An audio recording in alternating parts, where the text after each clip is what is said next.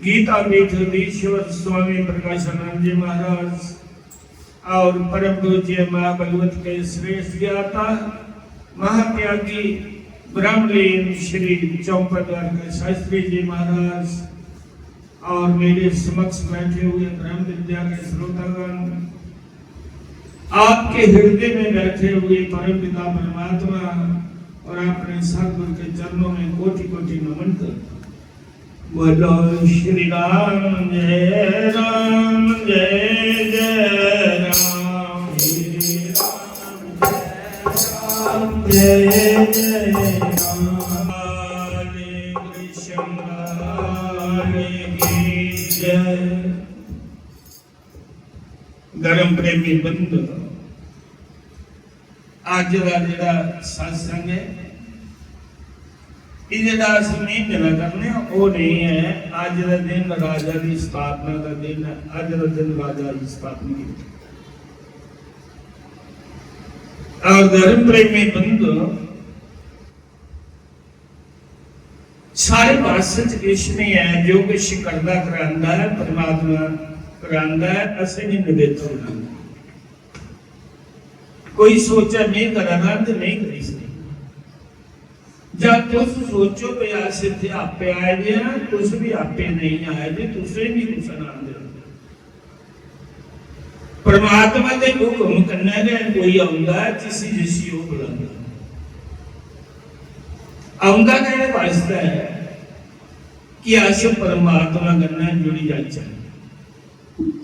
ऐसा ही है कोई ऐसा ज्ञान का मार्ग ज्ञान मिल जा जिहदे कन्ने सारा मन परमात्मा च लगी रहे। और धर्म प्रेमी बंधु, दो गल्लां ने, एक परमात्मा ते एक परमात्मा की माया। परमात्मा सच है ते माया झूठ है। ये जिहड़ी दो किस्म की माया, एक जड़ माया एक चेतन माया, ऐसी बड़ी किस्म की है। स्त्री भी माया, संसार भी माया, रिश्ते नाते जिंदे विच झूठे दे विच फसे दियां सच्चे समझा दियां, ये भी परमात्मा की माया। जिहड़ा किश दिखा करते हैं वो सच नहीं, जिहड़ा लभदा नहीं वो सच है। जड़ माया कुछ आखदे जेड़ी धन दौलत जेड़ी जिथे पई रवे वो हिलदी नहीं, उस जगह पे रही जदों मर्जी चुको, उसे आखते जड़ माया। एक परमात्मा की चेतन माया। चेतन माया स्त्री, ये चलती फिरती माया है।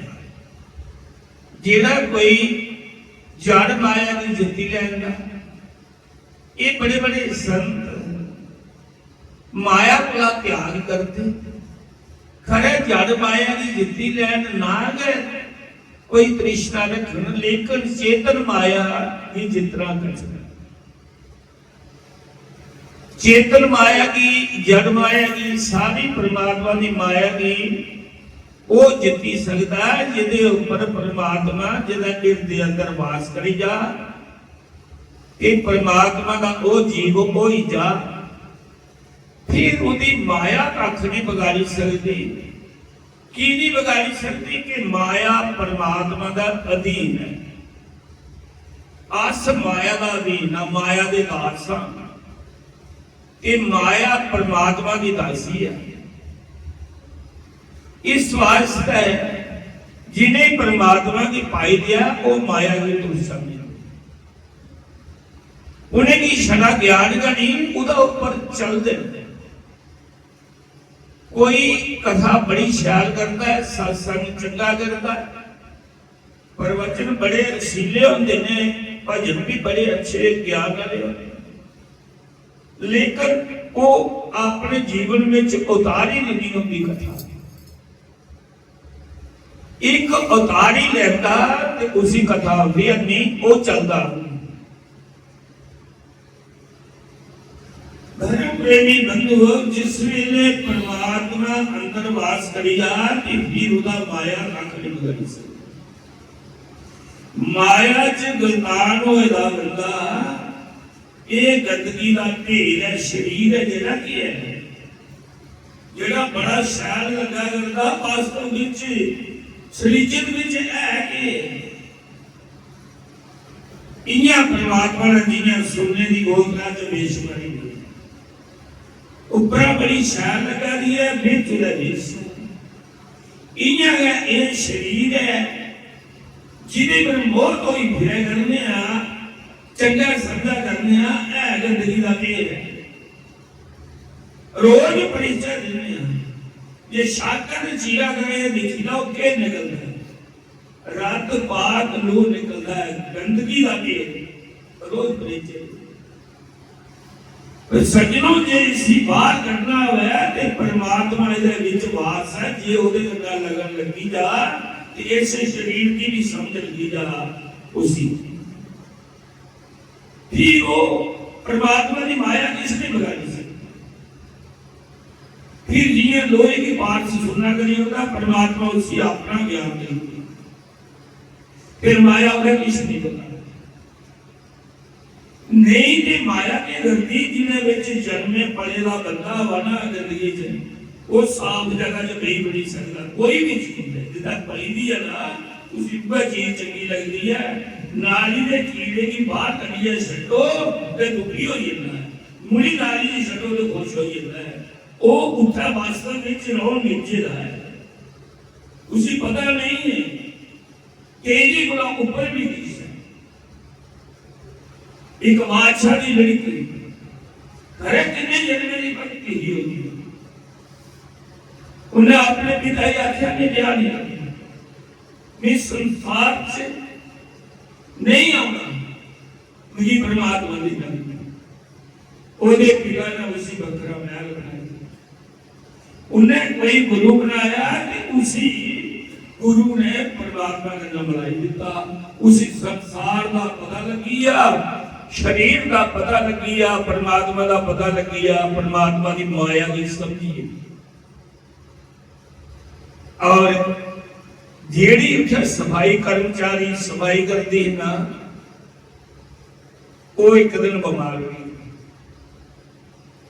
उन्हें अपने घर वाले भी भेजे वो सफाई कर गया उन्हें बादशाह की लड़की की दिखी लिया ते मन विच कां बादशाह जागी पई किन्नी बुरी होंदी है मरने वाला बंदा नहीं डरदा उन्हें अन्न जल छड्डी उड़िया रोटी पानी नहीं खा घर वाली ने पूछया कि गल आ उन्हें आख्या मेरा विआह हुआ उहदे कन्नै तां उन्हें आख्या कली मौती की आले मारा है ओदे ब्रह्मचारी सन्यासन है उन्हें ब्याह करने का संकल्प के नहीं लेदा कि मैं ब्याह करना है और एक राजा की लड़की दे सफाई कर्मचारी छड़ी खबर होई ना उन्हें सारे डबरे फंस गए वो आख लगा मरी जा पावे जो मर्जी हो जा महीना तेरा रोटी नहीं 10 दिन लंगी मरन पई एक दिन वो सफाई कर्मचारी करन गई सफाई तो उस कन्या ने देखी किन्नी परमात्मा की नगरी कैसा होगा गुरु का उन्हें कहा तू परेशान की है उन्हें कहा देवी मैं तुम्हें सुनाई नहीं सकती फिर भी उन्हें कहा नहीं सुनाई सकती मौती का संदेश है सुनते तू मैं फांसी नहीं हुई उन्हें कहा भी वचन देनी होती कि जेडी मर्जी बड़ी गल होग मैं तुम्हें फाड़े मैं बकवास उन्हें आख्या मेरा पति भारी मार आया तेरे दर्शन करी बैठा उन्हें अन जल छड्डी उड़दा हुआ खाना में ब्याह नहीं करना वो आखिर लगी बात सीधी गल उसी पेट में उन्हें भेजा हुआ है उन्हें कहा तू मेरे कन्नै ब्याह करना उन्हें कहा जा एक महीना मेरे गुरु कोल ओदा सत्संग सुनिया आनिया भी तेरे कन्नै ब्याह करी उन्हें आख्या कि साल भी भेजे ते मैं जाने तैयार है उन्हें कहा एक महीना वो गया उस देवी के गुरु, एक महीने विच गुरु ने इन्ना ज्ञान दे उड़िया। जिस वेला वापस आया ते देवी ने पूछा तू मेरे कने ब्याह करना? उन्हें आख्या मैं हुण जिहड़ा करी बैठे ना मैं काम वासना का त्याग करी आया, मैं परमात्मा चाहिए, मैं परमात्मा की माया नहीं चाहिए। स्त्री माया, ये माया मन्या। धर्म अर्थ काम और मोक्ष चारे गल्लां बंदे की करनी चाहिए। समय समय कन्ने ब्याह या संतान भी पैदा करनी चाहिए, फिर माया की छोड़ी होना चाहिए, फिर काम वासना का त्याग करी होना चाहिए। फिर जिदे अंदर काम है, जिदे हृदय अंदर काम है, उदा अंदर राम नहीं बेच सकता। जिदा काम निकली अंदर राम बेच सकता है। समय समय से परमात्मा का लड़ बनना इस संसार की माया की जानी है। वास्तव में क्या है कि गंदगी का बदबू आती है, रोज फरीचे देने जिन्ना मर्जी शायद है, कोई खुशबू दे को सदा नहीं आती, बदबू आती। इस वास्ते परमात्मा की मंगना ते ओदे कोला परमात्मा ही दा मंगना, और कोई चीज की नहीं मंगना। अज रात है, रात पई है ते दिन चढ़ना है, ते जे दिन चढ़िया है ते रात भी पौनी है। जे ये जन्म सारा रात है ना, ते कल सवेरा भी होगा, अगला जन्म भी होगा। फिर जे अज अस अपने कर्म को गने इस चार पैर दे विच ते कल्ला नहीं ते सोची ले ता कल का खड़ा होगा। अजा दा त्याग कीते दा, परमात्मा दा सिमरन कीते दा, सच्चा ज्ञान प्राप्त करिया, अमल कीते दा, समझी लो तुंदा कल चंगा, जेड़ा सवेरा चढ़ना है वो चंगा। छड़े प्रवचन सुनाने कन्ने जे अपने जीवन चरित्र विच नहीं आते ते सज्जनो वो सुनाने भी बेकार नहीं, एक ड्रामा है। अगर होगा ऊपर अमल होगा, कोई शरी कथा करता है अमल नहीं करता, कोई अमल करता है कथा नहीं आती, उहदे कोल वो चंगा, वो चरित्रवान है। जेड़ा कथा सुनाता वो विद्वान है, वो विद्वान है लेकिन चरित्रवान नहीं है। कर्म नहीं करता, शरा सुनाता है, एक कर्म करता है, कथा सुनाता नहीं। ओदे कोला ओ चंगा जेड़ा चरित्रवान है, विद्वान कोला चंगा।